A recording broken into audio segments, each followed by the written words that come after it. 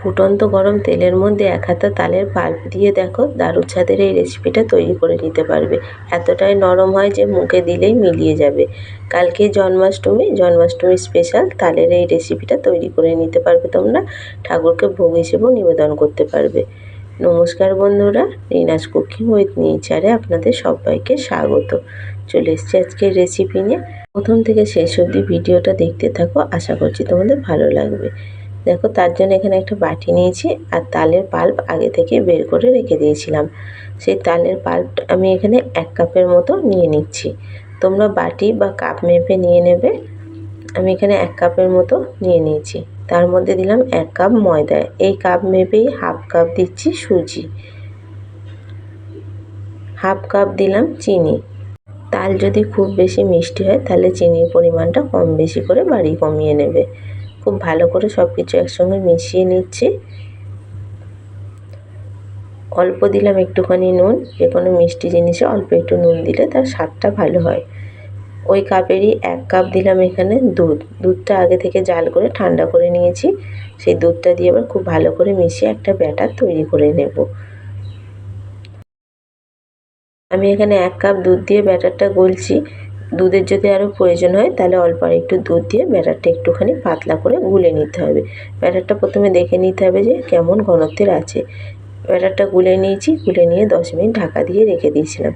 সুজিটাও অনেকটা ফুলে গেছে আর চিনিটা গুলেও দেখো অনেকটা পাতলা হয়ে গেছে। এর মধ্যে দিলাম হাফ চামচ বেকিং পাউডার, অল্প দিলাম একটুখানি গোটা মৌরি। বেকিং পাউডার আর মৌরি দিয়ে খুব ভালো করে একসঙ্গে মিশিয়ে নিতে হবে। ব্যাটারটা একটু ভালো করে ফেটিয়েও নিতে হবে। ব্যাটার ফেটিয়ে নিয়েছি। ব্যাটারের ঘনত্বটা ঠিক এরকম রাখতে হবে। কড়া বসিয়ে দিয়েছি। কড়াই দিলাম পরিমাণ মতো সাদা তেল। তেল খুব ভালো করে গরম করে নিয়েছি। যে ব্যাটারটা রেখেছিলাম ব্যাটার থেকে 1 হাতা করে ব্যাটার আমি এর মধ্যে দিয়ে দিচ্ছি। আমি এখানে ছোট হাতা নিয়েছি, ছোট হাতা করে দিচ্ছি। তোমরা যদি বড় বড় চাও তাহলে যে কোনো কাপ বা বড় হাতা নিয়ে সে মাপ করে দিতে পারবে। কত সুন্দরভাবে ফুলে উঠেছে দেখো। ওপর দিয়ে একটু করে এইভাবে করে তেল ছিটিয়ে দিলে দেখো এটা আরও ফুলে উঠছে। মিডিয়াম টু লো ফ্লেমে এইগুলো উল্টে পাল্টে ভালো করে ভেজে নিতে হবে, নাহলে ভিতর থেকে কাঁচা থেকে যাবে। দেখো একটা ভাজা হয়ে গেছে, তুলে নিলাম। একই রকমভাবে আবারও 1 হাতা ব্যাটার দিয়ে দিচ্ছি। এটা দেওয়ার পর একটুখানি এইভাবে করে উপর দিয়ে তেল ছিটিয়ে দিলে কত সুন্দরভাবে ফুলে উঠছে দেখো। এত সুন্দরভাবে ফুলে উঠছে, ভিতরটা খুবই নরম হয়। একবার হলেও বাড়িতে বানিয়ে দেখতে পারো, আশা করছি তোমাদের ভালো লাগবে। দেখো এরকম একটু লাল লাল করে ভেজে নিয়েছি। এগুলো ভাজা হয়ে গেছে, তুলে নিচ্ছি।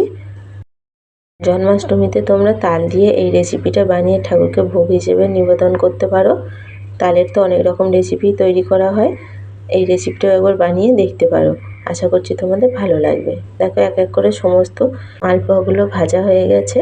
মালপোয়াও বলতে পারো অথবা তালের চপও বলতে পারো। দেখতে কতটা সুন্দর হয়েছে দেখো। প্রত্যেকটা কিন্তু একদম নরম তুলতুলে হয়েছে। আর কতটা গোল গোল ফুলেছে, কতটা সুন্দর দেখো। একদম চপের মতো লাগছে দেখতে। কতটা নরম হয়েছে দেখো। তালের মালপোয়ার রেসিপিটা তোমাদের কেমন লাগলো কমেন্ট করে অবশ্যই জানাবে। ভালো লাগলে একটা লাইক কমেন্ট শেয়ার করো। আর চ্যানেলে নতুন বন্ধু হয়ে থাকলে চ্যানেলটা সাবস্ক্রাইব করার অনুরোধ রইল। পাশে থাকা বেল আইকনটা অবশ্যই প্রেস করে দেবে। আমার চ্যানেলে নতুন কোনো ভিডিও আপলোড করলে ভিডিও নোটিফিকেশন সবার আগে তোমাদের কাছে পৌঁছে যাবে। ফিরে আসবো আবার অন্য কোনো রেসিপি নিয়ে।